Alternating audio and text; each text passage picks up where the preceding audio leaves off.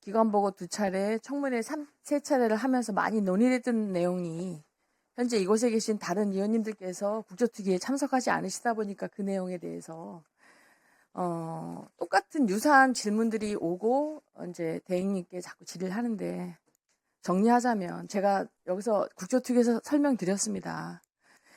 각 부대 보병부대들 같은 경우에 5분 대기조가 있듯이 당시에 소방사령관, 특전사령관, 정보사령관 등 일부 사령관들을 제외하고 공수 여단장 이하 많은 사람들은 당시의 상황이 어떠한 상황인지 모르고 현장에 출동했습니다.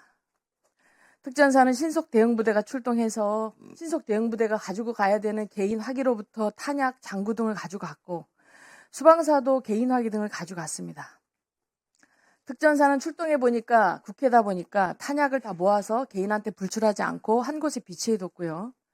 수방사는 사령관이 현장에 위치하면서 이 상황이 개인 화기의 탄약을 사용할 상태가 아니라고 생각해서 개인 화기를 모두 차량에 둔 상태로 현장에 출동했습니다.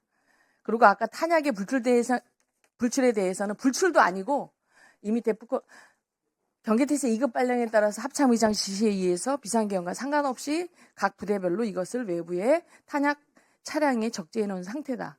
이거 아마 군인대 생활을 했거나 군인들은 다 이해하는 상황이라고 생각하는데, 국조특위와 같은 내용이 자꾸 반복돼서 이 자리에 다시 한번 말씀드립니다. 전 오늘이 국조특위가 아니고 국방위 현안 질의라고 해서 저는 전혀 이거와 관계없는 국방위 관련한 질의를 하겠습니다. 육군참모총장님, 대행님 계시죠? 네. 질의하겠습니다. 잠깐만. 멈춰주세요.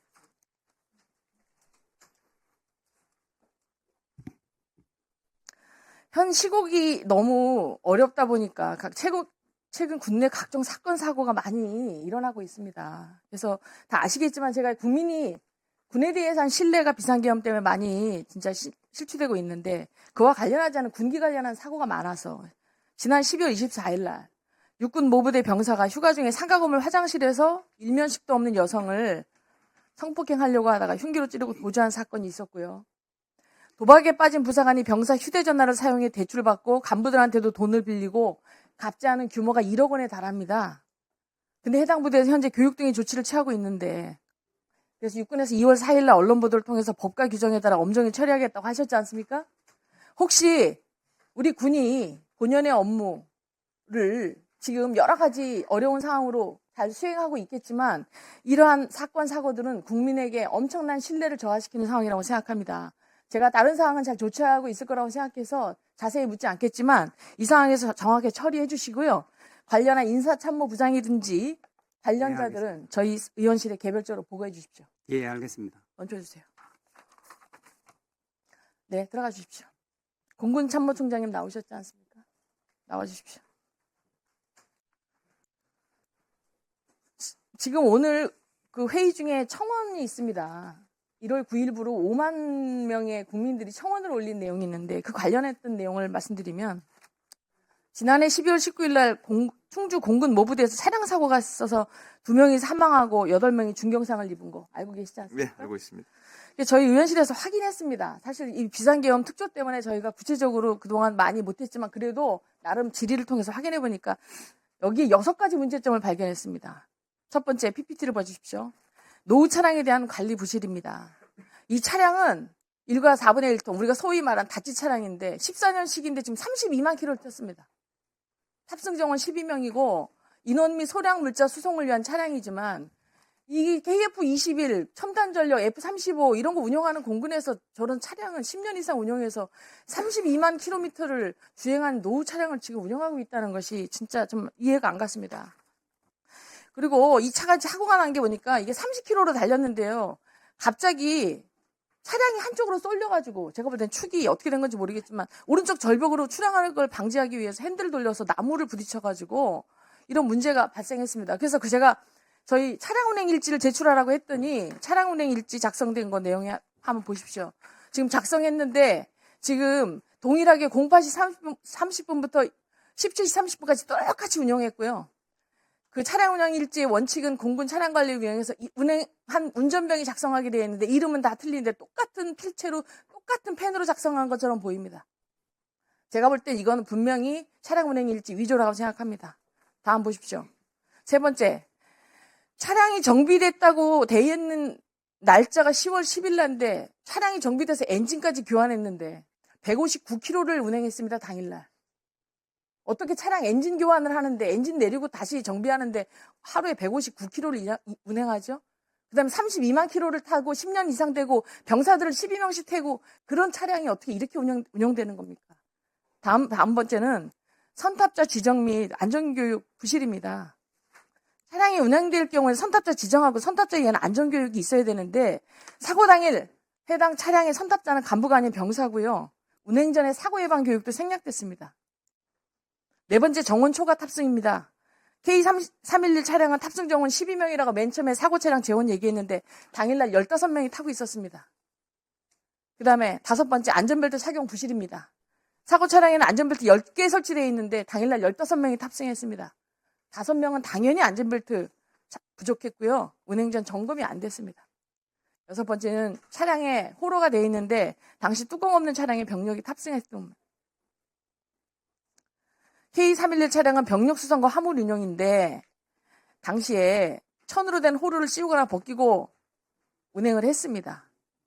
이는 전술적 상황에서 융통성을 발휘하기 위한 목적이지만 당일 사고에서 볼 수 있듯이 뚜껑이 없는 차량에 병력을 탑승시키는 것은 안전에 취약합니다. 자, 결과적으로 사고 원인은 수사를 통해서 규명되겠지만 이러다 보니까 이제 사고를 낸 운전병이 지금 인명사고가 나다 보니까 수사를 받고 있는데 저는 그 운전병 한 명의 비호나 아니면 그 사고 자체를 말하는 게 아닙니다. 이렇게 우리 귀한 아들들을 군대를 보낸 부모님들한테 10년 넘어서 32만 킬로나 된 차량을 태우는 이것이 정말 적절한지 총장님 이거는 정말 문제 있다고 생각하고요. 대행님 이건 전군에 한번 실태 조사를 하셔가지고 이런 문제는 없도록 좀 해주셨으면 좋겠습니다. 예. 네, 강선현 의원님이 지적하신 내용들에 대해서 제가 존중하고 깊이 들여다봤습니다. 첫 번째 말씀하신 내용 중에서 좀 사실이 아닌 내용부터 좀 제가 바로잡도록 하겠습니다. 첫 번째 수명을 말씀을 주셨는데 모든 차량에는 해당 차량에 대한 수명 연한이 있습니다. 일단 15년이라는 수명 연한이 규정에 정해져 있기 때문에 현재까지 운행을 하고 있었다는 말씀을 드리겠고요. 그리고 월, 분기, 반기 점검은 다 계획대로 진행이 되었습니다.